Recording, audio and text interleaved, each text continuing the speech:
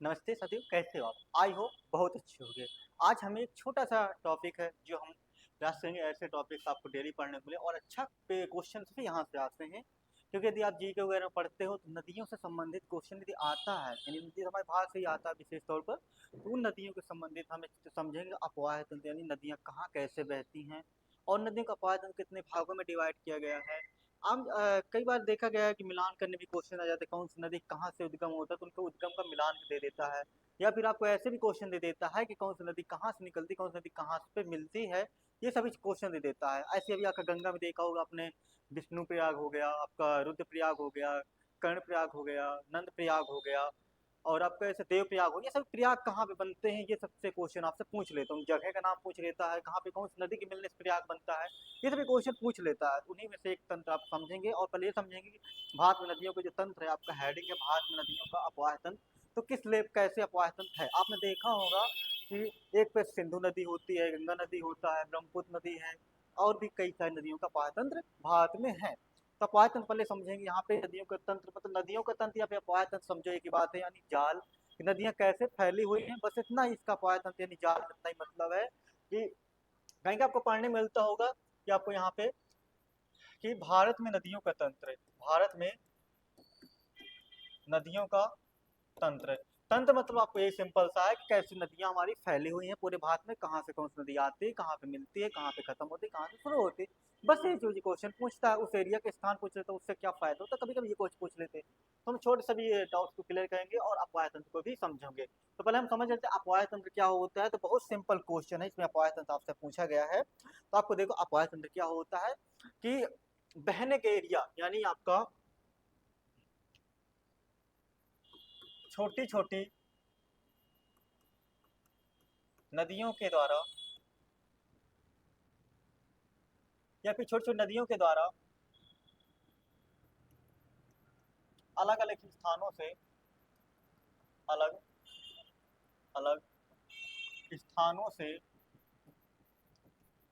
बहने के बाद या आने के बाद, अलग स्थानों से बहने के बाद या आने के बाद आप कह सकते हो इसको, बहने के बाद या स्थानों से आने के आने के बाद किसी एक किसी एक मुख्य नदी या मुख्य नदी या मुख्य धारा मुख्य धारा का निर्माण करती हैं निर्माण करती हैं। यह प्रक्रिया यह प्रक्रिया यह प्रक्रिया क्या कहलाती है, आपकी अपवाह तंत्र कहलाती है, राइट।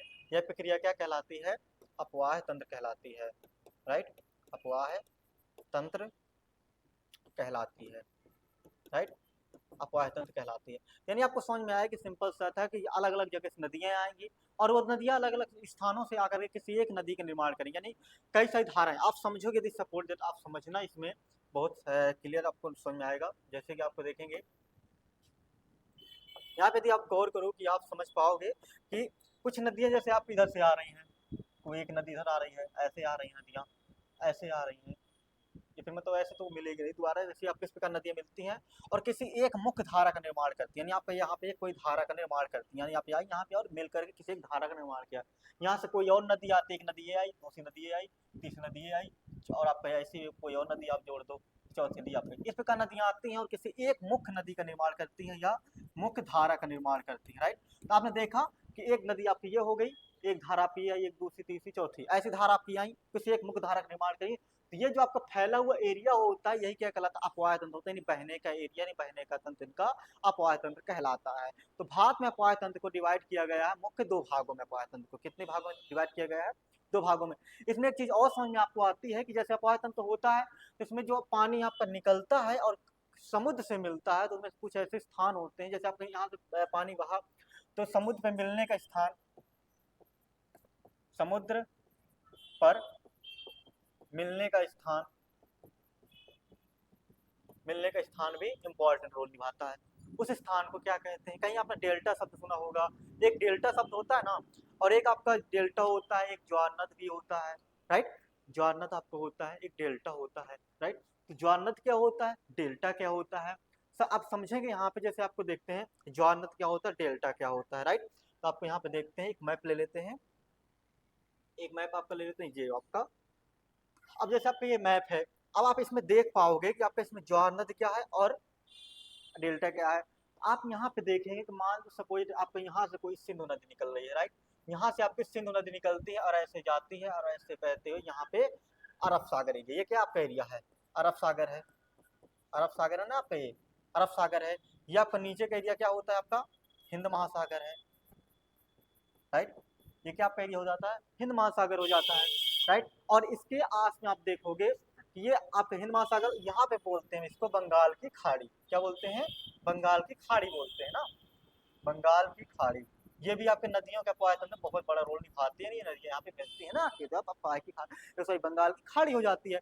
आप यहाँ पे गौर करिए कि आपका जो अरब सागर में यहाँ सिंधु नदी हमारी आई, ठीक है, यहाँ से हमारी सिंधु नदी आती है और ये आते हुए यहाँ से क्या करती है, यहाँ पे पानी अपना गिरा देती है, राइट। तो यहाँ से आई है और ऐसे आते हुए ऐसे आती है और यहाँ पे आपका पानी गिरा देती है, राइट। तो जो पानी यहाँ पे गिराती है तो यहाँ पे क्या बनता है, डेल्टा भी बन सकता है, ज्वार नद भी बन सकता है। तो आपको याद रखना, कुछ जगह डेल्टा बनता है, कुछ जगह ज्वार नद बनता है, यानी सीधा पानी को ज्वार नद भी बनता है, डेल्टा भी बनता है। तो ये डेल्टा का क्या बनता होता है, ज्वार नद क्या होता है, अभी आपको समझ में आ जाएगा। अब एक समझो आपको यहाँ से गंगा निकली आपकी, राइट, यहाँ से गंगा निकलती है आपकी, सपोज यहाँ से आपको देखना है ये गंगा आपकी निकलती है, तो ऐसे आपको यहाँ से गंगा मिल जाती है, सपोज समझना है आपको, गंगा तो आपको ऐसे ही आएगा, आपको ऐसे मिल जाएगी, ठीक। तो आपको समझना है कि गंगा आई आपकी कहाँ के लिए, बंगाल की खाड़ी में आपकी गंगा गिर जाती है। तो आपको यहाँ पे क्या बनता है, डेल्टा बनाती है। दो शब्द आपको यहाँ पे एक सुनने को मिल रहे होंगे, आपको एक क्या मिलता है, डेल्टा मिलता है, राइट, डेल्टा। और एक क्या मिल रहा है आपको यहाँ पे, एक मिल रहा है ज्वार नद, राइट, ज्वार नद। दो शब्द आपको देखने को मिल रहे होंगे, एक डेल्टा मिल रहा है आपका, एक क्या मिल रहा है, ज्वार नद मिल रहा है, राइट। तो ज्वार नद और डेल्टा में अंतर क्या होता है, ये समझ में आना चाहिए ना। देखो डेल्टा क्या होता है, तो डेल्टा आपका क्या होता है, नदियों के द्वारा, नदियों के द्वारा बहाकर लाए गए, लाई गई, लाई गई या लाई गई कह दो आप, लाई गई मिट्टी से, जहां पर समुद्र का पानी गिर, जहां पर समुद्र में पानी मिलता है, मिट्टी से, मिट्टी से जिस स्थान पर, जिस स्थान पर नदी का पानी, का पानी समुद्र में मिलता है, मिलता है या गिरता है, मिलता है, वहां पर डेल्टा निर्माण करती है, वहां पर डेल्टा का निर्माण होता है, निर्माण करती हैं या होता है, करती हैं होता है। जैसे देखो नदियों के द्वारा बहाकर लाई गई मिट्टी से जिस स्थान पर नदी का पानी समुद्र से मिलता है वहां पर डेल्टा का निर्माण करती है, निर्माण आपका होता है, लिख लो आप, मिलती हैं, वहां निर्माण करते, निर्माण होता है, ठीक, सिंपल सा आपको लिख लो, निर्माण होता है, आपको समझ में आना चाहिए।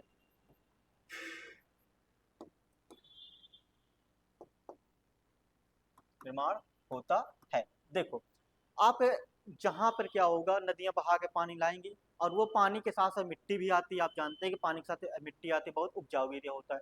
तो जिस एरिया पे उपजाऊ एरिया बन जाए मिट्टी के द्वारा और वहां पर कैसी आकृति बने, त्रिभुजाकार आकृति बने, कैसे आकृति बने, त्रिभुजाकार, यहाँ एक नदी यहाँ से है, एक नदी से है, यहाँ पे आपका पानी गिरा दिया, तो एक कैसे आकृति बन रही है, एक त्रिभुजा आकार की आकृति बन रही है।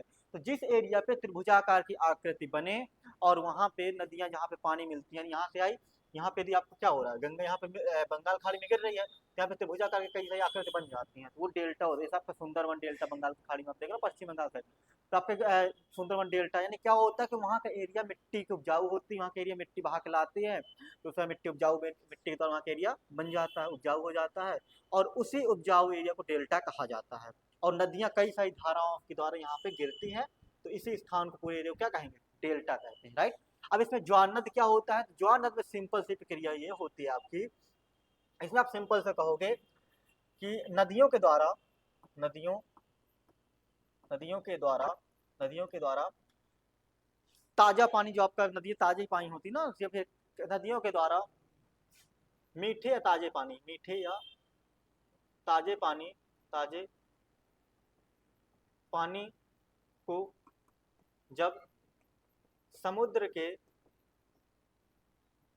खारे पानी से मिलाती हैं तो वहां पर ज्वार नद का निर्माण होता है। क्या होता है? वहां पर ज्वार नद का निर्माण होता है, या फिर उसे ज्वार नद कहते हैं, राइट। उसे क्या कहते हैं? तो उसे वहां, या फिर आप कह सकते हैं वहां पे उसे ज्वार नद कहते हैं, तो उसे ज्वार नद कहते हैं, राइट। यानी क्या होता है आपका कि जब कोई नदी अपना ताजा पानी बहा के समुद्र में जहां पर गिराती है, तो समुद्र के खारे पानी से नदियों के ताजे पानी का मेल जहाँ पे होता है उसको क्या कहते हैं? ज्वार नद कहते हैं। बहुत सिंपल, आप इसको समझो कि नदियों का ताजा पानी प्लस जब खारे पानी या फिर समुद्र का खारा पानी कहो तो और अच्छा रहेगा, समुद्र का खारा पानी तो इन दोनों के क्या होता है? मेल के स्थान को क्या कहा जाता है? जहाँ पे दोनों मिलते हैं उस स्थान को हम लोग क्या कहते हैं? उस स्थान को ज्वार नद हम लोग क्या कहते हैं? ज्वार नद कहते हैं, राइट। ज्वार नद कहते हैं। बस इतना समझना था आपको कि आपका डेल्टा क्या होता है, ज्वार नद क्या होता है। आपको आई होप समझ में आ गया होगा। जैसे क्या हो गया, डेल्टा से कहा था कि डेल्टा नदियों के द्वारा बहा कर लाई गई मिट्टी के द्वारा, यानी उपजाऊ मिट्टी के द्वारा कुछ एरिया उपजाऊ हो जाता है, जहाँ पर पानी गिरता है समुद्र के उसके आसपास के उपजाऊ हो जाता है, उस एरिया को क्या कहते हैं? डेल्टा का नाम दिया जाता है। और कई सारी नदियां डेल्टा का निर्माण करती हैं। तो कौन कौन सी नदियां डेल्टा का निर्माण करती हैं, तो हम ये समझेंगे थोड़ी से। तो कौन कौन सी नदियां डेल्टा का निर्माण करती हैं ये भी हमारे लिए समझना जरूरी है, राइट। तो इसको हम समझ लेते हैं कौन कौन सी नदियां डेल्टा का निर्माण करती हैं। ठीक, ऊपर पहुंच जाओ, कितना हो गया। तो कौन कौन सी नदियां आपके डेल्टा का निर्माण करती हैं? जैसे कौन कौन सी होगी आपकी, एक तो आपको पता है कि डेल्टा का निर्माण करने वाली नदियां, यहाँ पे लिख लेते हैं, डेल्टा का निर्माण करने वाली कुछ नदियां, निर्माण करने वाली नदी, राइट। तो कौन कौन सी नदी डेल्टा का निर्माण करती है? आपको सबसे सिंपल पहला क्वेश्चन आपका आता है गंगा नदी। क्या था आपका? गंगा नदी, राइट। गंगा नदी। ऐसी आपको और गंगा नदी डेल्टा का निर्माण करती है, आपको पता है। और आपका ज्वार नद का निर्माण कौन करती है? यहाँ पे समझे, ज्वार नद का निर्माण, यानी ज्वार नद आपका कहाँ पे होता है? तो ज्वार नद आपको स्पेशल समझोगे, सिंपल सा आपका क्या है, आपके यहाँ पे सिंधु नदी। बस इतना आपको समझ, ज्यादा लिखने की जरूरत नहीं है, राइट। इतना आपको क्लियर हो जाना चाहिए। अब आपको इतना समझ में आ गया, जो नदी आप डेल्टा बनाएगी, जहाँ का एरिया उपजाऊ होगा उसको आपको डेल्टा बनाएगी, उसको डेल्टा हो जाएगा, राइट। और जहाँ पे आपका सिर्फ पानी गिर रहा होगा उसको ज्वार नद कहेंगे, पिलने को ज्वार नद कहते, दोनों आपका क्लियर हो गया। ठीक, आगे हम समझते हैं इसमें, और भी आपको इम्पोर्टेंट इसमें कुछ विशेष नहीं, आपको आगे समझते हैं। ठीक, अब जब अपवाय तंत्र में आपको इसमें समझाया गया, जैसे आपको बताया था ना अपवाय तंत्र क्या होता है। तो अपवाय तंत्र आपका क्या होता है, नॉर्मली आपको क्या हो, यहाँ से एक नदी आ रही है, राइट।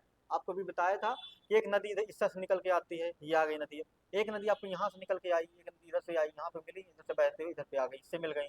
एक नदी इधर से आती है, यहाँ पे मिल जाती है, एक नदी इधर से आई, यहाँ से आई, इस प्रकार मिल करके क्या हुई, ये एक धारा का निर्माण करती है। एक पूरे जलाशय का निर्माण, जलाशय क्या कहोगे इसको, एक झील का निर्माण कर दिया, झीलों का निर्माण होता है। आपको याद रहे कि ज्यादा से ज्यादा आपको झीलों का निर्माण होता है किसके द्वारा? नदियों के द्वारा होता है, राइट। तो आप ये सब एक झील बनी, इससे कोई विशेष नदी निकलेगी उसको नाम दे दिया जाएगा, राइट। तो आपको इतना समझ में आ गया ना कि मुख्य धारा, यानी कोई एक मुख्य धारा ये बन गई, इनसे मिलकर क्या बनी, एक धारा बनी। ये नदी तंत्र आपको समझ में आया। नदी तंत्र बताया था कि नदियों का फैलाव जितने जो होता है, जैसे बहते हैं उसको नदी तंत्र कहते हैं ना, उसे बहने के अपवाय तंत्र कहते हैं। पीछे छोटी छोटी नदियां आ रही थी आपकी, सहायक नदियां हो गई, ये क्या आपका पूरा एक मुख्य धारा होगी। जैसे आपका ये बन गया, एक धारा यहाँ पे बन गई, ये मुख्य धारा हो गई। अब इससे कोई धारा निकल के आएगी, उसको नदी को, कोई नई नदी का नाम दिया जाएगा, राइट। ऐसे आपने देखा होगा ना, जैसे ब्यास कुंड से आपकी ब्यास नदी निकलती है, तो उसमें ब्यास के जलाशय बनता है, कुंड बनता है, उससे एक नदी निकली, उसका नया नाम हो गया। ऐसे गंगा आपका क्या है, तो गंगा बोलते हैं ना गंगोत्री निकलती, लेकिन आप ज्यादा बेस से पढ़ोगे तो गंगा में पता है कैसे नदियां मिलकर गंगा का निर्माण करती हैं, तो आगे चलकर उसका गंगा नाम हो जाता है, राइट। ठीक, तो ये आपका अपवाय तंत्र आपको बहुत सिंपल था, कोई दिक्कत नहीं है। अब लेकिन हाँ, अपवाय तंत्र हमारे भारत में कैसा है ये समझ में आना चाहिए ना। हमारे भारत में अपवाय तंत्र कैसा है, तो ये समझ लेते हैं। भारत में अपवाय तंत्र, भारत में अपवाय तंत्र, तो भारत में अपवाय तंत्र हमारा कैसा है, तो बहुत नॉर्मली आपके सिंपल है, आपको क्लियर हो जाएगा। देखो भारत में अपवाय तंत्र हमारा कैसा है, देखो पहला आपका दो प्रकार का है, पहला कितने प्रकार का, दो प्रकार का अपोह तंत्र, याद रहे कितने प्रकार का, आपका दो प्रकार का अपोह तंत्र है, राइट। पहला आपका एक आ जाता है सिंधु अपोह तंत्र, यानी सिंधु, आपको उसको कहोगे ना प्रायद्वीपीय अपोह तंत्र एक हो जाता है आपका, राइट। दूसरा आपके क्या हो जाता है, प्रायद्वीपीय अपोह तंत्र, प्रायद्वीपीय अपोह तंत्र।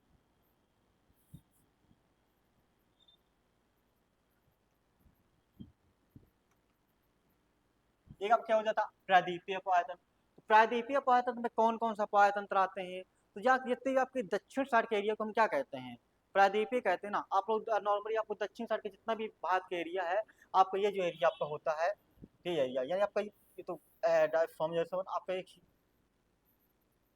ये एरिया आपको जितना होता है, ये वाला एरिया, ये सब एरिया किस में आता है आपका, यानी मध्य से लेकर के दक्षिण भारत तक का एरिया किस में आता है, ये आता है आपका प्रायद्वीपीय अपोह तंत्र में आता है। और इसको प्रायद्वीपीय क्यों कहा जाता है, आप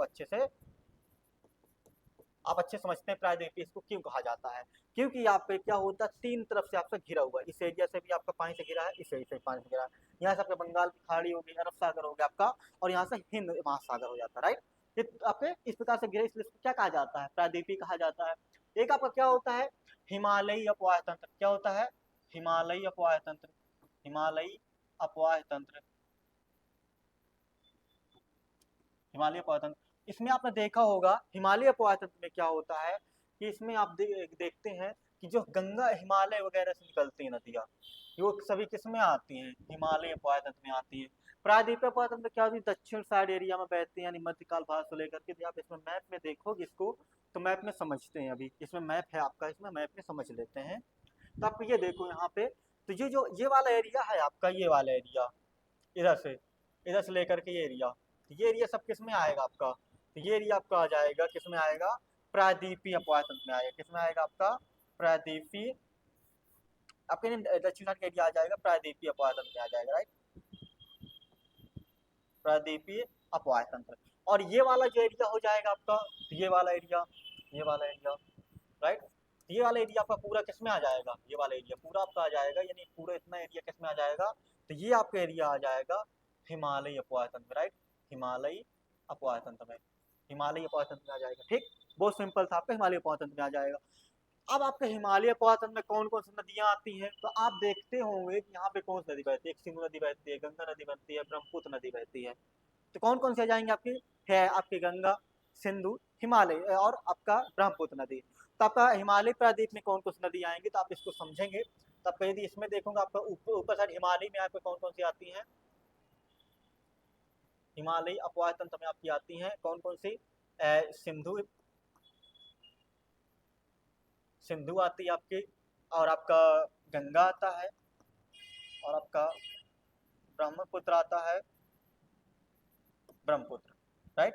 ये तीन आपकी नदियां आ जाती हैं, राइट, तीन नदियां आ जाती हैं, आपको याद रखना है, कितनी नदियां आती हैं आपकी, तीन नदियां आ जाती हैं, राइट। और प्रायद्वीप में कौन सी आती हैं आपकी, तो आपके प्रायद्वीप में गोदावरी आ जाती है, कावेरी आ जाती है, और आपकी बहुत सारी और भी अन्य नदियां आ जाती है, जैसे ताप्ती हो गई, नर्मदा हो गया, ये सभी नदी आपकी क्या आ जाती हैं, प्रायद्वीपी में आ जाती हैं। तो इसको आप नोट कर लेना चाहो तो आप इसको नोट कर लेते हैं, यहाँ पे आपको अच्छे समझ लेते हैं। जैसे आपको हिमालय में कौन कौन सी आ रही हैं, आपने देखा हिमालय में कौन कौन सी आ रही थी आपकी, बहुत सिंपल था, आपका एक नोट कर लेते हैं, तीन आपकी मुख्य नदी आती हैं, कौन सी आती हैं, तीन आती हैं, राइट।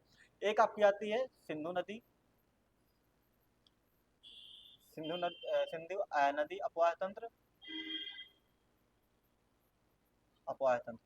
और याद रहे यह आपका इसको ये भी कहा जाता है विश्व की सबसे बड़ी घाटियों का घाटियों वाला अपोह तंत्र कहा जाता है, इसको याद रहे, इसको विश्व का सबसे बड़ी घाटियों वाला, घाटियों का अपोह तंत्र कहा जाता है, राइट, अपोह तंत्र कहते हैं, ठीक, ये आपको याद रहे। और दूसरी कौन सी आती है आपकी, गंगा नदी अपोह तंत्र, गंगा नदी अपोह तंत्र, यानी आपकी गंगा नदी कहाँ से निकलती है, कहाँ से बहती है, कितनी नदी इसमें सहायक नदियां होती हैं, राइट, ये सब चीजें हम समझेंगे। और तीसरी आपकी क्या होती है, तीसरी आपकी ब्रह्मपुत्र हो जाती है, क्या होती है, ब्रह्मपुत्र, ब्रह्मपुत्र नदी अपवाह तंत्र, नदी अपवाह तंत्र, राइट। तो ये आपके हो जाती हैं, ठीक। अब आपका दूसरा इसमें आता है, दूसरा आपके कौन कौन से हो जाती हैं, तो देखो दूसरी साइड आप देखेंगे कि इस साइड हमारी कौन कौन से आती हैं, तो आपने देखा होगा प्रायद्वीपीय में आती है आपकी नर्मदा आती है, कौन सी आती है, नर्मदा आती है। दूसरी आपकी ताप्ती आती है, कौन सी आती है आपकी, ताप्ती नदी आती है। कावेरी नदी आती है, कौन सी आती है आपकी, कावेरी नदी आती है। आपने देखा होगा ना, दक्षिण साइड आपकी कौन सी होती है, कृष्णा नदी भी तो होती है ना, कृष्णा होती है। कौन कौन सी नदी होती है आपकी, कृष्णा होती है, कावेरी होती है, राइट। और आपकी महानदी भी होती है आपकी, एक कौन सी होती है आपकी, महानदी। कुछ और नदियां भी आपकी छोटी मोटी और नदियां भी हैं, तो ऐसा विशेष नहीं है, लेकिन आपकी कुछ महत्वपूर्ण नदियां हैं, जैसे आपकी नर्मदा हो गई, ताप्ती हो गई, कावेरी हो गई, कृष्णा हो गई, महानदी हो गई। तो ये कुछ महत्वपूर्ण नदियां हैं जो प्रायद्वीपीय अपवाह तंत्र में आती हैं और इम्पोर्टेंट है। इनको आप यदि कभी क्वेश्चन ऐसे पूछ सकता है, तो निम्न में से कौन सी नदी प्रायद्वीपीय अपवाह तंत्र में नहीं है, ऐसे भी क्वेश्चन हो सकता है, वहां पे गंगा नदी दे दे। तो आपको समझना है क्वेश्चन कैसे भी आ जाए ना, क्वेश्चन को समझने का प्रयास करना है, राइट। फिर हम आगे समझते हैं कि आगे हमें अब इतने सारे नदी तंत्र, तो पहले हम हिमालय नदी तो नदी अपवाह तंत्र पढ़ेंगे, जिसमें हम चर्चा करेंगे सिंधु नदी अपवाह तंत्र की, उसके बाद गंगा नदी अपवाह तंत्र की, फिर ब्रह्मपुत्र अपवाह तंत्र की, इसके बाद आएंगे प्रायद्वीपीय में, तो प्रायद्वीपीय में धीरे धीरे चर्चा करते रहेंगे, राइट। ठीक, आगे समझते हैं। आगे हमने अभी यहाँ पे देखा, मैप में देख लिया है कि हमारा यहाँ पे एरिया देख लेते हैं, क्योंकि मैप बनाने यदि आपको आता है नॉर्मली, तो आप मैप आसानी से बना सकते हो, राइट। यदि मैप बना के आप आंसर राइटिंग करते हो ना, यदि आप किसी भी लेवल पे आ जाओ, कोई यदि लेवल पे आप यदि पीसीएस लेवल पे देखोगे ना, यदि आंसर राइटिंग सबसे अच्छा तरीका क्या होता है, जियोग्राफी में यदि कोई क्वेश्चन आता है, तो आपको विदाउट यदि आप उसको क्या करते हो, मैपिंग की आप आंसर देते हो, तो आपके नंबर कम मिलने के चांस रहते हैं। तो आप हमेशा उसमें यदि प्रयास करो, आंसर राइटिंग करते हो कोई ना कोई, तो आप इसमें देखना कि आप जैसे तो ग्राफ का यूज करो, विद ग्राफ आप आंसर दोगे ना, तो बहुत अच्छे नंबर आपको मिलेंगे, क्योंकि आपको उसमें एग्जामिनर को यह देख समझने में मिलता है कि आप कितना अच्छा लिख पा रहे हो, आपके अंदर समझने की क्षमता कितनी है, आप उसको एक्सप्लेन कैसे कर पा रहे हो। उनसे लिखने से ही पता चल जाता है कि आप कैसा उसको किसी को प्रेजेंट करके, प्रेजेंटेशन आपको लिखने से पता चल जाता है कि आप उसको कैसे कैसे बता सकते हो, समझा सकते हो, कैसे इसको एब्जॉर्ब कर सकते हो, राइट। तो आगे हम समझते हैं इसमें आपका कि हमारा क्या था, सिंधु नदी तंत्र। तो सिंधु नदी तंत्र में हम ये इससे जानेंगे कि हमारी कौन कौन सी नदियां इसकी सहायक नदियां हैं, राइट। ये सभी चीजें हम समझेंगे, और साथ में ये भी समझेंगे कि सिंधु नदी के अब भारत में कितने एरिया में कहाँ से निकलती है और कहाँ से बहती है, ठीक। तो आप सिंपल से यहाँ पे देख पा रहे होंगे, बहुत सिंपल आपका देख पा रहे होंगे कि आपका ये जो नदी है, ये आपकी ये क्या है, यहाँ से आपकी सिंध नदी निकल रही है, राइट। सिंध नदी आपके कहाँ से निकल रही है, आपके इधर से सिंध नदी निकल रही है, ऐसे निकलते हुए आपके लद्दाख होते हुए यहाँ से पाकिस्तान में प्रवेश करती है, और पाकिस्तान से होते हुए आपके सीधे यहाँ पे अरब सागर में गिर जाती है, राइट। कहाँ पे गिरती है, अरब सागर में गिर जाती है, ठीक। तो अरब सागर में कहाँ पे गिरती है, या फिर आपको पता है कि आपका कराची के पूर्व साइड ही आपको गिर जाती है, राइट ना, कराची के पास में गिर जाती है, आपको इसका पता होगा कि आप इसको देखिए, वो जो है कराची के पास में गिरती, राइट, कराची के पास। यानी अपने अरब सागर में कहाँ पे यहाँ पे गिर जाते, तो यहाँ पे किसका निर्माण करती है, ज्वार नद, ज्वार नद बनता है, क्या बनता है, ज्वार। डेल्टा तो उतना विशेष न बनता, ज्वार नद आपका हो जाता है, ठीक। इतना आपको समझ। अब इसमें आप ये देखेंगे पंचनद आपका क्या होता है, कि आपको ये जो एरिया दिखाई दे रहा है ना, ये वाला एरिया, ये क्या है आपका, यहाँ पे आप देख पा रहे होंगे पंचनद, ये आपका ये क्या है, यहाँ से पंचनद, और इस एरिया की जो दूरी है, तो लगभग कहीं कहीं 45 मिलता है, कहीं कहीं 47 किलोमीटर मिलता है। इनमें से कोई एक आपको रहेगा, 45 किलोमीटर एग्जॉर्बेशन है, लेकिन आपको एनसीईआरटी बेस 45 मानते हैं, पर कहीं 27 आपको पढ़ने में मिले, तो कंफ्यूज ना हो जाना, राइट। आपको ये दोनों ही है, लेकिन एक ऑप्शन में रहेगा, ज्यादा हो तो 45 वाला आप ज्यादा टिक करने का प्रयास करिएगा, ठीक। तब पे ये इतना जो एरिया यहाँ से मिलता है, यहाँ से आपका ये एरिया से यहाँ से यहाँ पर आपका जो एरिया मिलने का एरिया इनको है, बहावलपुर से इस जिले के पास में, तो उसने एरिया को 45 किलोमीटर पंचनद, साथ में नदियां प्रवाह करके सिंधु नदी से मिलती हैं, राइट। तो ये पंचनद इनको क्यों कहा जाता है, क्योंकि आप इसमें समझ पा रहे होंगे कि इसमें क्या है, आपकी एक नदी आपकी क्या हो गई, एक इधर से आती है, एक दो, और आपका ये तीन चार, और इसमें एक नदी मिल जाती है, पांच। यानी 5 नदियों का पानी एक साथ किसी सिंधु नदी में मिलता है, उन जब पांचों नदियों का पानी एक साथ मिल जाता है, तो उसको पंचनद कहते हैं। और पंचनद आपका यहाँ पर बनता है, कहाँ पर बनता है आपका पंचनद, यहाँ पर बनता है, राइट। कहाँ पर बनता है, यहाँ पर बनता है, जो आपका बहावलपुर के नाम से जाना जाता है। क्या जाना जाता है आपको, इसको नाम क्या बोलता है, बहावलपुर कहते हैं। क्या कहते हैं, बहावलपुर। इसे क्या कहा जाता है, बहावलपुर कहा जाता है, आपको याद रहे। और बहावलपुर में कौन सी नदी मिलती है, तो आपकी सतलज नदी मिलती है। कौन सी नदी मिलती है, सतलज। इसको सतलुज भी लिखा जाता है ना, कहीं कहीं आप देखते होंगे सतलुज लिखा होता है, राइट। तो सतलज नदी आपके क्या होती है, यहाँ पर मिलती है, किससे मिलती है, चिनाब नदी से मिलती है। तो सिंधु घाटी की सबसे बड़ी नदी कौन सी, चिनाब नदी है, याद रखना, सबसे सहायक नदी, ये सब चीजें समझेंगे, ठीक है। और इसमें हम ये भी जानेंगे कि हमारी जो सिंधु नदी है, उस सिंधु नदी आपकी कि कितनी सहायक नदियां हैं, कितना एरिया के साथ वो कवर करते हुए यहाँ पर पहुंचती है, ठीक। आपको यहाँ पे आपको सिंधु नदी तंत्र में आपको कुछ महत्वपूर्ण पॉइंट लिखते जाएंगे जो हमारे लिए बहुत जरूरी है, ठीक है। उसमें कोई विशेष नहीं है, आपको ये सभी पॉइंट आपको याद रखने पड़ेंगे। तो पहले हम इसमें देख लेते हैं कि सिंधु नदी का आपका यहाँ से निकलती कहाँ से है। तो सिंधु नदी निकलती कहाँ से, तो आपका ये पड़ता है एरिया कहाँ पे, एरिया कहाँ पड़ता है आपका, जिसको आपको क्या कहते हैं, मानसरोवर झील बोलते हैं ना आप सभी लोग, मानसरोवर झील के पास है। मानसरोवर झील के पास आपका निकलता है, कहाँ से का, मानसरोवर झील के पास से निकलती है। और यह कहाँ पड़ता है, तो यह तिब्बत में पड़ता है, और तिब्बत इस समय चीन एरिया के आसपास है। कहाँ पे, चीन एरिया के आसपास है। तो यहाँ से ये नदी निकलती है, और ये नदी इधर से बहते हुए यहाँ से आपके प्रवेश करती है, कहाँ पे, लद्दाख में प्रवेश करती है ना। और लद्दाख का एक एरिया आपको यहाँ पे पड़ता है, लेह। क्या पड़ता है, लेह पड़ता है ना, इसको आप यहीं पे लिख लो चाहे, अच्छा रहेगा, लेह। तो आपको याद रहे कि लेह आपका नदी के किस साइड पड़ता है, तो आपका ऊपर साइड इधर पर पड़ता है, याद रहे, लेह आपका हो गया। तो लेह से क्वेश्चन पूछे तो आपका लेह कहाँ पड़ता है, इस सिंधु नदी के बगल से निकलता है। यह नदी बहते हुए इधर से आपका यहाँ से आती है, पाकिस्तान में प्रवेश कर जाती है, और पाकिस्तान से प्रवेश करते हुए सीधा बहते हुए आपको ये आती है, और यहाँ पर क्या होता है, पंचनद का निर्माण होता है, जो आपका झग जिला पड़ता है। क्या पड़ता है, झग जिला पड़ता है यहाँ पर। इधर से आपके बहते हुए आपका अरब सागर में गिर जाती है, ठीक। अरब सागर में आपकी नदी गिर जाती है, वेरी सिंपल आपका। अब इसमें कितनी सहायक नदियां इसकी कौन कौन सी है, इसको देखो आप, यदि इसके देखेंगे, सिंध की सहायक नदी, सिंध की सहायक नदी, सिंध की सहायक नदी कौन कौन सी है, तो आप इसमें देखेंगे,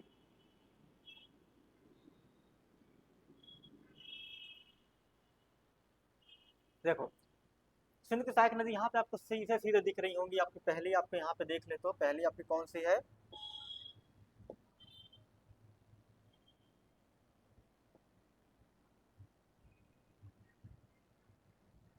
पहली नदी आपकी कौन सी है, देखो यहाँ पे आपको देखेंगे, एक आपकी झेलम नदी होगी,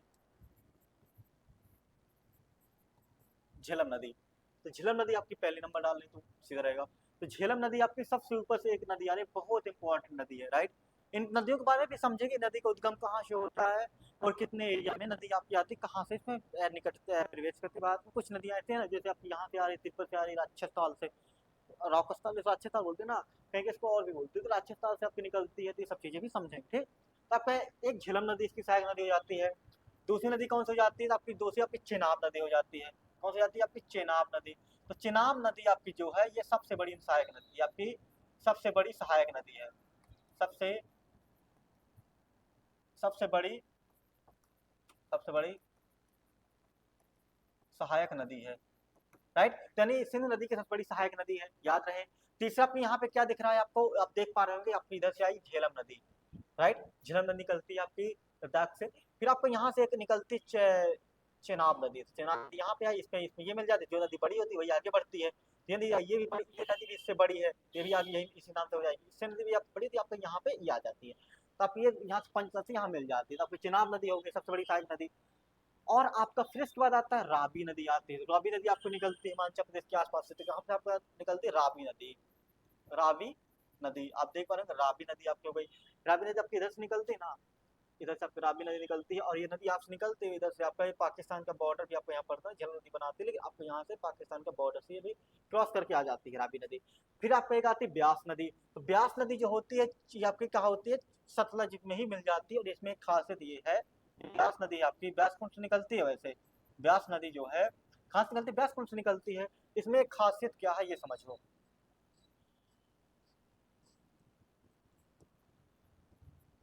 ब्यास नदी में आपका खासियत क्या है, यह भारत में बहती है, भारत में बस बहती है, बहती। अब इसमें कैसे देखोगे, देखो अब आप यहाँ से रावी नदी निकली ना, रावी नदी निकल कहाँ जा रही है, इस बॉर्डर क्रॉस कर रही है, चिनाब नदी भी बॉर्डर क्रॉस करके, यानी ये किसका बॉर्डर है, आप यहाँ पे देख पा रहे होंगे, ये किसका बॉर्डर है, तो ये आपके भारत के यहाँ से क्या है, ये भारत का बॉर्डर है ना, इधर से ये आपका भारत है, ये आपका नेपाल हो गया, इधर से आपका ये उत्तर प्रदेश के यहाँ से भारत हो गया, ठीक है। भारत को यहाँ पे ये एरिया जो आपका इधर आ रहा है, ये पूरा किसका आ रहा है, पाकिस्तान के आ रहा है ना, पाकिस्तान के एरिया आ रहा है, राइट। तो पाकिस्तान के एरिया से आपको क्या होता है, इस नदी का निकास हो जाता है, तो यहाँ पे झेलम नदी बॉर्डर पास करती है, चिनाब नदी पास करती है, रावी नदी पास करती है, और आपके लास्ट में सतलज नदी पास, लेकिन आपको ब्यास नदी जो है आपको यहाँ से निकलेगी और यहीं से यहाँ पे सतलज नदी मिल जाएगी, और हरिके, इसके स्थान को क्या कहते हैं, हरिके कहते हैं, राइट। हरिके यानी कपूरथला, जिसको आप जानते हो ना, कपूरथला नाम सुना होगा, हरिके आपका होता है। तो यहाँ से ब्यास नदी आपका पांचवी नदी कौन से, सतलज नदी, जिसको हम सतलज बोलते हैं, सतलज बोलते हैं, राइट, सतलज, सतलज नदी। ये नदी आपकी क्या होती है, राजस्थान से निकलती है, राजस्थान से, और इधर से बहती हुई यहाँ से आती है, यहाँ पे इसमें ब्यास नदी मिल जाती है, ब्यास नदी मिलने के बाद ये नदी सीधा पंच नदी में मिलती है, भावलपुर पे, भावलपुर झाग नदी पे, पंच नदी यहाँ पे पहुंच के सिंधु घाटी नदी पे, सॉरी सिंधु नदी पे आपका मिल जाते हैं, राइट। तो इतना आपको समझ में आया कि इसकी सहायक नदी कौन कौन सी, सिंधु नदी की, राइट। और आपकी कहाँ से बहती है, तो आपको इधर से बहती है, इसका मुख्य प्रवाह क्या हो जाएगा एरिया, आपका मुख्य प्रवाह क्या हो जाएगा, यदि आपसे पूछे जाए ना कि कितने देश में प्रवाह करती है, कितने देशों में प्रवाह करती है, प्रवाह करती है यानी बहती है, कितने देशों में बहती है, तो आपको याद रहे या कितने देशों में बह रही है, तो आपकी बह रही है 3 देशों में, कितने देशों में, 3 देशों में। नंबर एक आपका भारत भी हो गया, पहले आप क्रम से देख लो तो और अच्छा रहेगा, आपका तिब्बत या चीन, तिब्बत यानी चीन जो आपका होता है, राइट। दूसरा आपका क्या है, तिब्बत का आपका तिब्बत चीन हो गया, और दूसरा आपका क्या है, भारत, भारत। तीसरा आपका पाकिस्तान,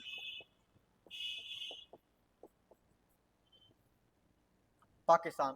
तो आपको ये समझना है यहाँ पे जो पाकिस्तान का एरिया है ना, तो पाकिस्तान में सबसे ज्यादा बहती है, सबसे ज्यादा पाकिस्तान में बहती है, क्योंकि आपको पता है कि इधर से निकल के सीधा आप यहाँ शुरू हुई, यहाँ से यहाँ सीधा बह के पहुंच जाती है, ठीक। इतना आपको समझ में आया, यहाँ पे कोई डाउट नहीं होना चाहिए, आई होप कोई दिक्कत नहीं होना चाहिए। यदि आपको इस पे एक क्वेश्चन ये भी आ रहा हो कि इसकी कुल लंबाई कितनी होती है, तो आपको याद रहे कि इसकी कुल लंबाई में कोई विशेष अंतर नहीं है, कुछ 80 के आसपास होती है, राइट। इसको हम कर देंगे, नहीं तो आपको देखते हैं, आगे देखते हैं कि आप, लेकिन एक यहाँ पे ये देख पा रहे हैं इंदिरा गांधी नहर, तब कि हरिकोटा से जो नदी नहर सबसे बड़ी, भारत की सबसे बड़ी नहर आपकी, आपने नाम सुना होगा, इंदिरा गांधी नहर, जो आपके इधर से हरिकेट निकलती है कपूरथला से, और ये आपका इधर से बहते हुए पंजाब राजस्थान से होते गुजरात में प्रवेश कर जाती है। इंदिरा गांधी नहर के बारे में भी आप याद रखिएगा।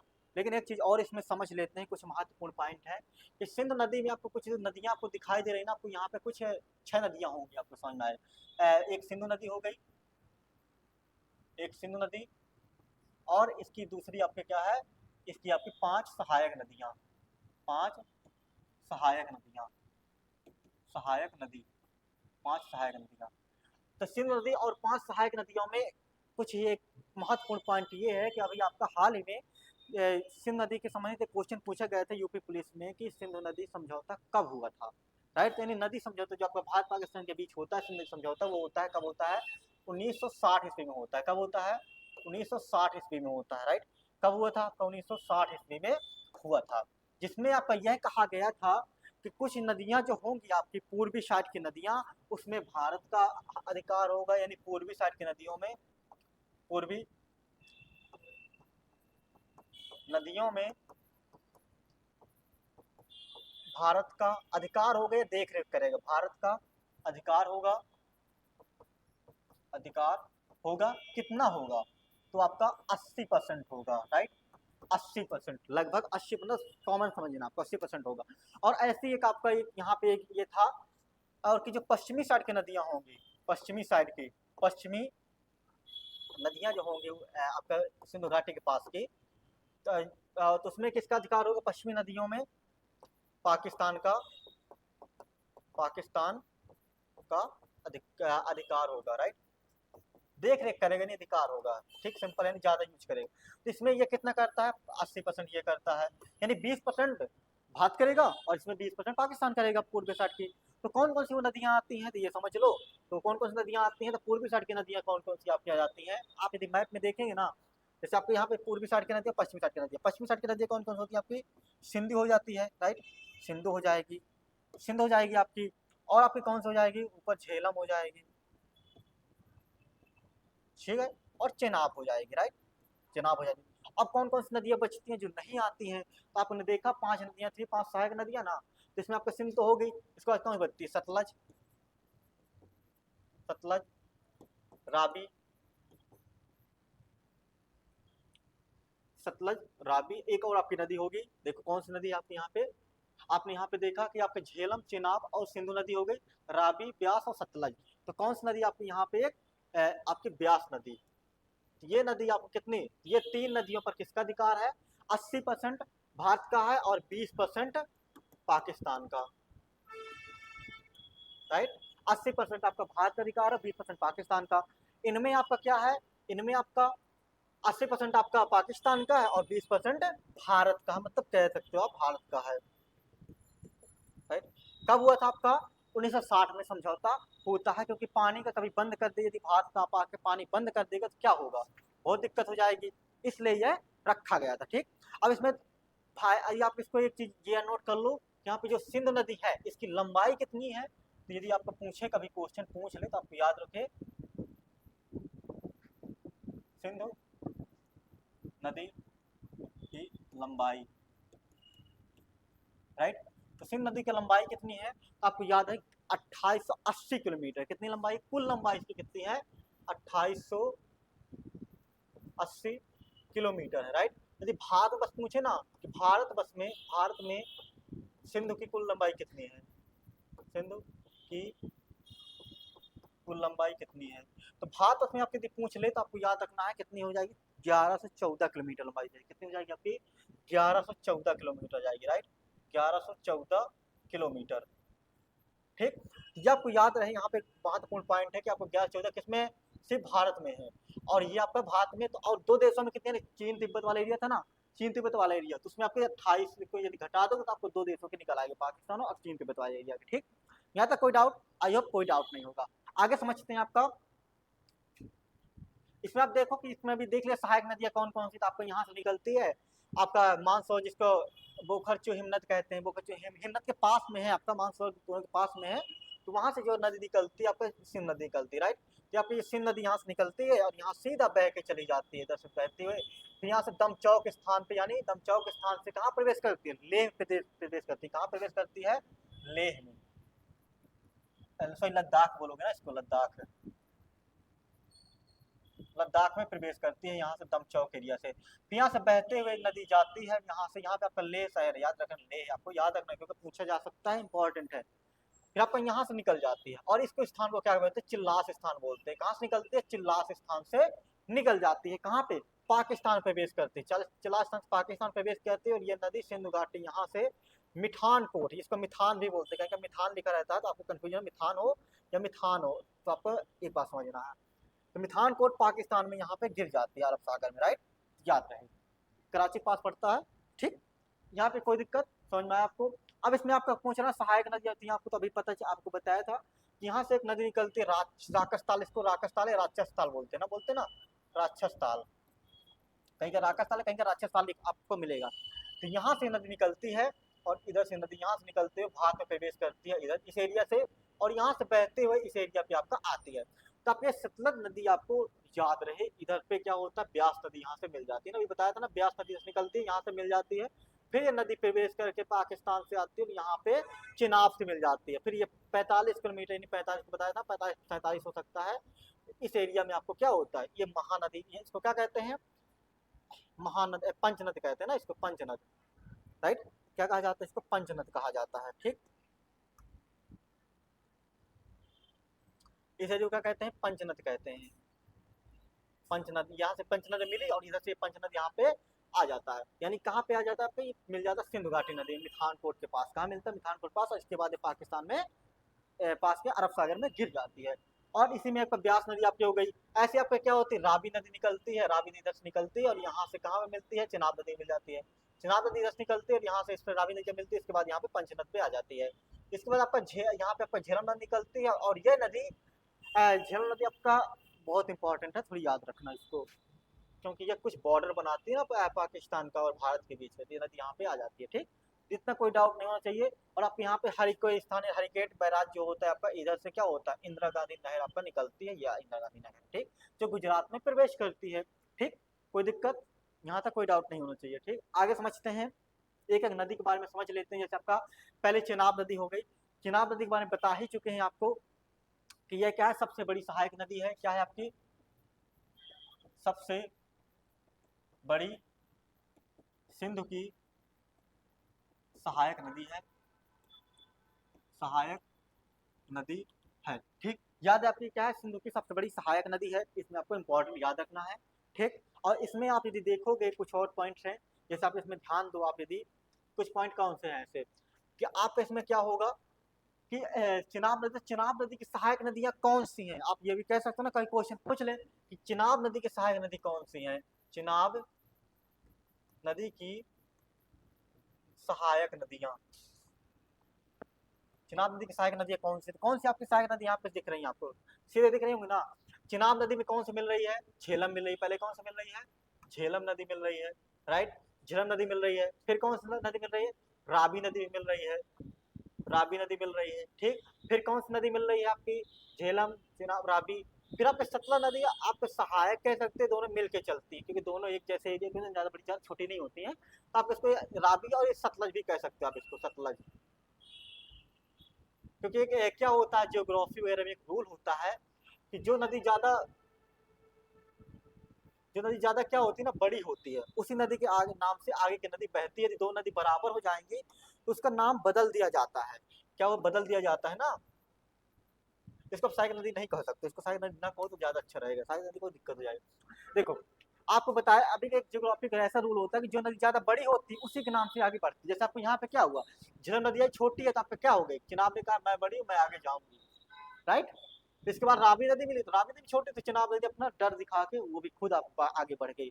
फिर यहाँ पे क्या होता है कि सतलज नदी आ जाती है, तो आपको यहाँ पे मिल जाती है, तो दोनों लेवल में होती है। जब जब दोनों लेवल में होते हैं तो कुछ मिला के एक्स्ट्रा चलाते हैं, तो उसको क्या कहते हैं, यहाँ से पंचनद चलता है ना, इसको बताया था आपको, पंचनद बताया था, पंचनद।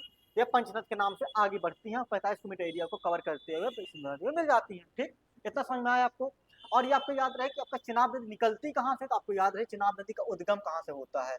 उद्गम जो होता है आपका कहाँ से होता है, तो उद्गम आपका इसका होता है कहाँ से, आपने देखा यहाँ पे हिमाचल प्रदेश के पास बारालाची दर्रे में। कहाँ होता है, बारह, आपका बारालाची दर्रा, बारालाची दर्रा, ये बारालाची दर्रा के पास होता है, पास से। ठीक, इतना समझ। और इसको क्या होता है ना कि जहां से नदी निकलती है उस नदी एरिया में क्या कहा जाता है, यहाँ पे आपको देखिए सूर्यताल शब्द मिल रहा होगा ना, सूर्यताल मिल रहा होगा। एक भागा और चंद्रभा, चंद्रमा, तो यानी चंद्रा और भागा। तो यहाँ पे क्या होता है कि बारालोची दर्रा के दोनों एरिया में, यानी दोनों साइड भागा नदी और चंद्र नदी बसी हुई, मतलब चंद्र नदी है, दोनों के मिलने के बाद किसका निर्माण होता है, चिनाब नदी का निर्माण होता है। तो इसलिए इसको क्या कहा जाता है, इसको कहा जाता है आपका हिमाचल प्रदेश में क्या कहा जाता है, हिमाचल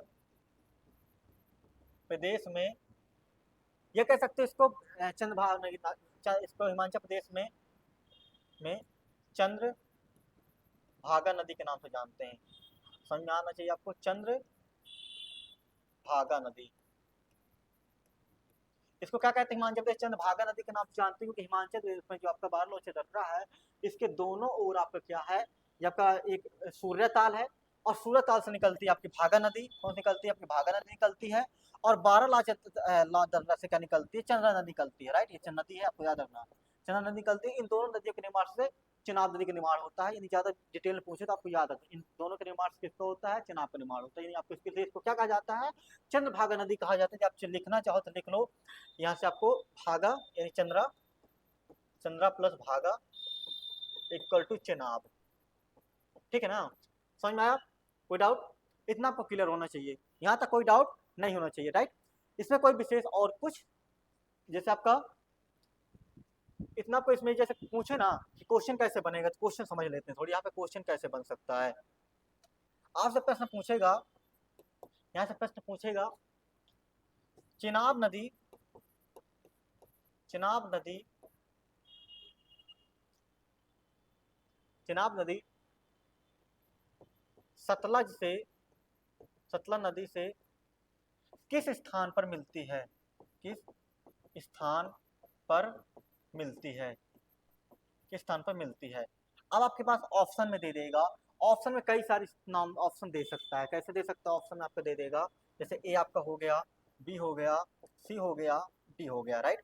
ऑप्शन में क्या क्या दे देगा आपको यहाँ पे समझना है। तो ऑप्शन में दे देगा आपका, जैसे आपका दे देगा 12 लोचा दर्रा, 12 लाचा दर्रा, और आपका राक्षस ताल, ताल झग,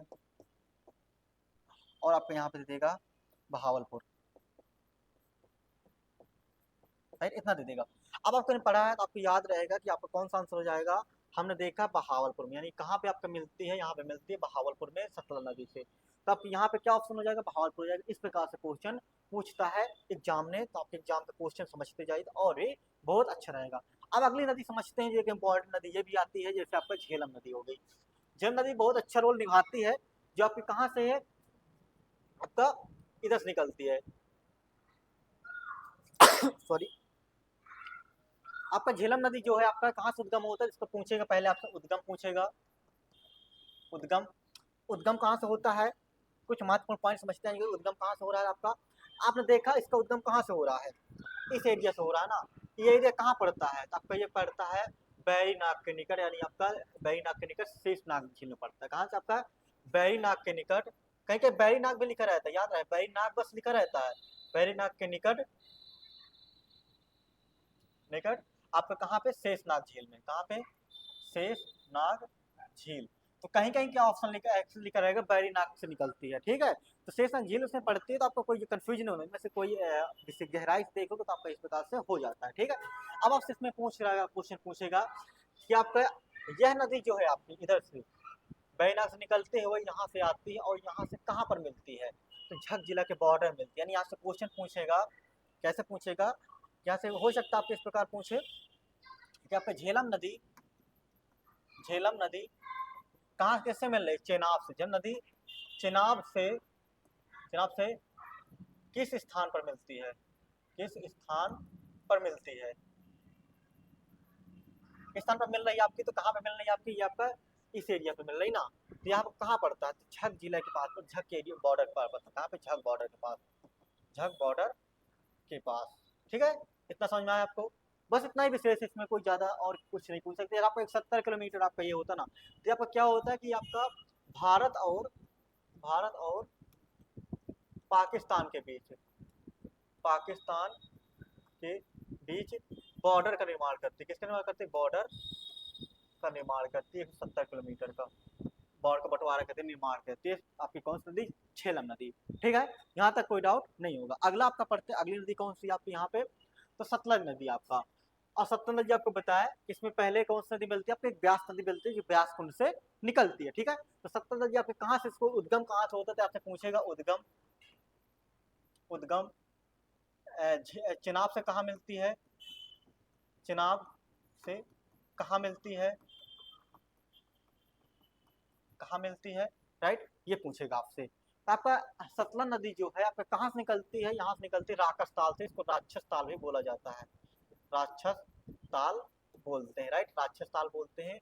और यहाँ से निकलते हुए इधर से भारत में प्रवेश करती है और यहाँ से आती है तो इसको हरिकेट के पास। तो यहाँ पे उद्गम कहाँ से हो रहा है इसका, उद्गम कहाँ से हो रहा है आपका, उद्गम हो रहा है राक्षस ताल से, राक्षस ताल, ये राक्षस ताल कहीं का होता है, राक्षस ताल भी होता है, याद रहे आपको, राक्षस ताल, ठीक है। और चिनाब नदी कहाँ से कहाँ पर मिलती है, तो आपका बहावलपुर में मिलती है ना। आपको यहाँ से आएगी तो कहाँ मिल रही है, बहावलपुर मिल रही है, तो आपको याद रहे बहावलपुर, राइट, बहावलपुर में मिल रही है। आपका ब्यास नदी कहाँ मिलती है, तो आपसे चिनाब से, यानी आपको कहोगे सतलज से ब्यास नदी किस स्थान पर मिलती है, किस स्थान पर मिलती है, किस स्थान पर मिलती है आपकी, तो आपने यहाँ पे देखा किस स्थान से मिल रही है आपकी, तो आपके यहाँ पे मिल रही है यहाँ पे हरकेट, इसको क्या कहते हैं, हरके बोलते हैं ना, यानी कपूरथला, कपूरथला, राइट, हरके से निकलती है। और इसी के पास से कौन से निकलते हैं, इंदिरा नहर निकलती है, राइट, इंदिरा गांधी नहर निकलती है, जो आपका है इधर से पंजाब राजस्थान होते हुए गुजरात में प्रवेश कर जाती है। ठीक, इतना समझ में आया आपको। और इसमें आपसे क्या पूछ सकता है, इसमें क्वेश्चन और विशेष नहीं पूछेगा। ठीक, इतना इंपॉर्टेंट है। ठीक, आगे समझते हैं। इसकी लंबाई यदि पूछे ना, तो लंबाई, कुल लंबाई लगभग कितनी है आपकी, लगभग 1500 किलोमीटर के आसपास, लगभग आपकी 1500 किलोमीटर है। यदि भारत में पूछे तो भारत में कुल लंबाई कितनी है, तो भारत में कुल लंबाई इसमें कितनी हो जाएगी, इसकी भारत में कुल लंबाई आपकी लगभग 1050 है। कितनी आपकी, लगभग 1050, राइट, लगभग 1050 किलोमीटर आपकी भारत में लंबाई है। पूछे तो वैसे पीछे पूछता नहीं। ठीक, शायद पूछ ले। अगली कौन सी नदी आपकी, रावी नदी हो जाती है। तो रावी नदी क्या होती है, रावी नदी का उद्गम पूछेगा। सबसे पहले उद्गम आप समझना है, उद्गम कहाँ से हो रहा ना, आपने देखा रोहतांग दर्रे के पास से हिमाचल प्रदेश में कांगड़ा जिला, यानी कांगड़ा जिले में रोहतांग दर्रे के पास कहाँ से हो रहा है आपका, कांगड़ा जिले में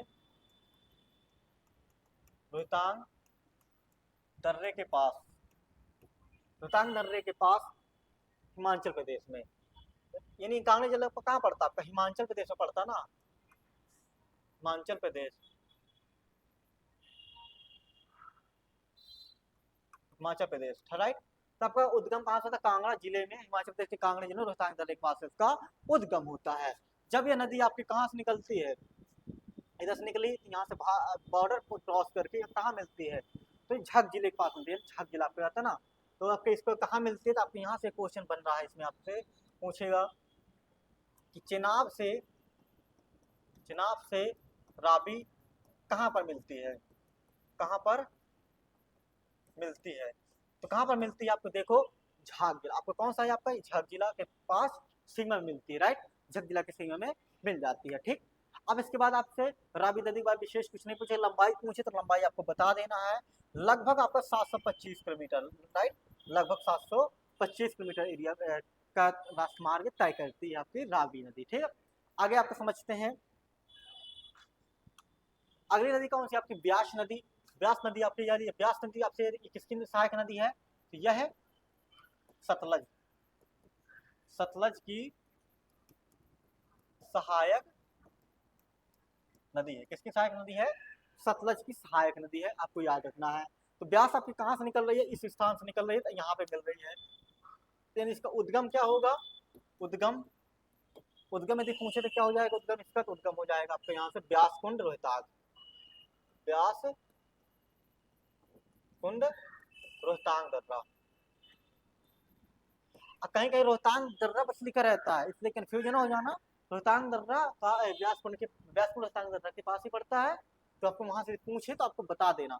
और ये जो पूछ रहा ना 43-30 मीटर, तो आपके इससे ऊंचाई है समुद्र तल से, समुद्र तल से इसकी ऊंचाई है ब्यास कुंड की। तो आपको उधर से झरने के ऊपर निकलते नीचे बह के आती है, राइट। ब्यास कुंड आप कहाँ से निकलती है, यहाँ से निकलती है, और मिलती कहाँ पे है, तो आपके यानी सतलज से कहाँ मिलती है, सतलज से कहाँ पर मिल रही है आपकी, तो आपका हरिकेट में मिल रही है ना, हरिके में, जिसको हम क्या बोलते हैं, कपूरथला के नाम से जानते हैं, राइट, कपूरथला। ठीक, यहाँ तक कोई डाउट। और इन्हीं के पास से इंदिरा गांधी नहर निकल जाती है, आपको बता चुके हैं। ठीक, यहाँ तक कोई डाउट नहीं होना चाहिए। ठीक, इतने आपको क्लियर हो गया। ये आपकी थी, हमारी आज की क्या थी, नदियाँ थी, और जिनके बारे में हमने समझा। और इसके बाद हम अगली क्लास में समझेंगे जो हमारी गंगा नदी तंत्र है। आपका क्या है, गंगा नदी तंत्र, गंगा नदी तंत्र। और इससे संबंधित जो पीवाईक्यू होंगे, यानी सिंध नदी तंत्र से जो पीवाईक्यू आए होंगे, प्रीवियस क्वेश्चन या फिर कुछ नए क्वेश्चन कैसे पूछे जा सकते हैं, उनको हम अगली क्लास में डिस्कस करेंगे। ठीक है, मिलते हैं फिर नई क्लास में। धन्यवाद।